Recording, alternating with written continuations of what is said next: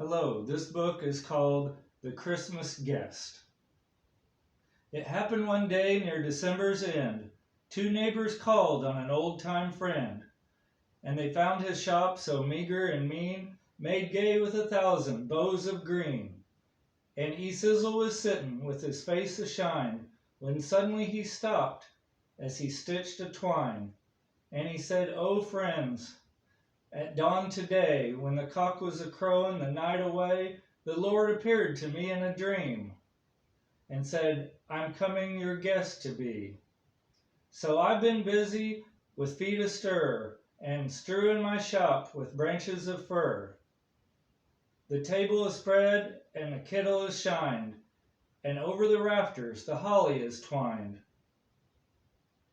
And now I'll wait for my Lord to appear, and listen closely, so I will hear his step as he nears my humble place, and I'll open the door and look on his face."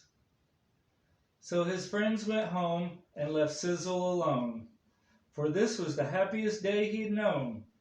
For long since his family had passed away, and Sizzle had spent many a sad Christmas day. But he knew with the Lord as his Christmas guest, this Christmas would be the dearest and best. So he listened with only joy in his heart, and with every sound he'd rise with a start, and look for the Lord to be at his door, like the vision he had had a few hours before. So he ran to the window after hearing a sound, but all he could see on the snow-covered ground was a shabby beggar whose shoes were torn, and all his clothes were ragged and torn.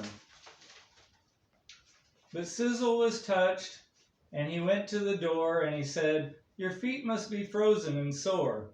I have some shoes for you in my shop. For you, and a coat that'll keep you warmer too." So with a grateful heart the man went away, but Sizzle noticed the time of day, and he wondered what made the Lord so late, and how much longer he'd have to wait. When he heard a knock, he ran to the door, but it was only a stranger once more. A bent old lady with a shawl of black, with a bundle of kindlin' piled on her back. She asked only for a place to rest, but that was reserved for Sizzle's special great guest. But her voice seemed to plead, "Don't send me away. Let me rest for a while on Christmas Day."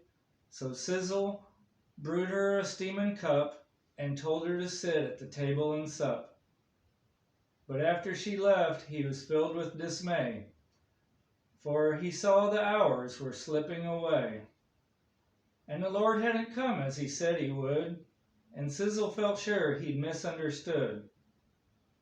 When out of the stillness he heard a cry, "Please help me and tell me, where am I?" So again he opened his friendly door, and stood disappointed as twice before. It was only a child who had wandered away and lost from her family on Christmas Day.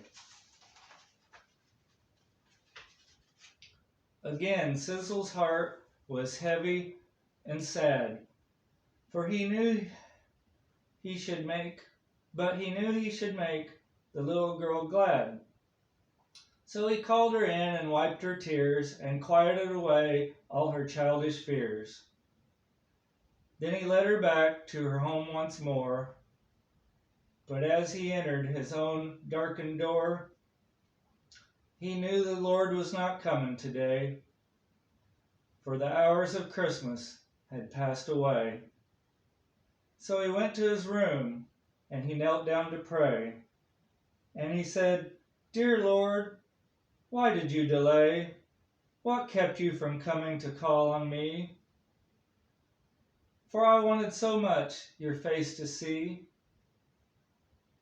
When soft in the silence a voice he heard, "Lift up your head, for I kept my word. 3 times my shadow crossed your floor, and 3 times I came to your lonely door.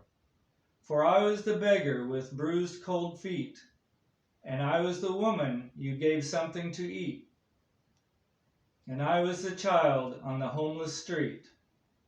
3 times I knocked, and 3 times I came in, and each time I found the warmth of a friend.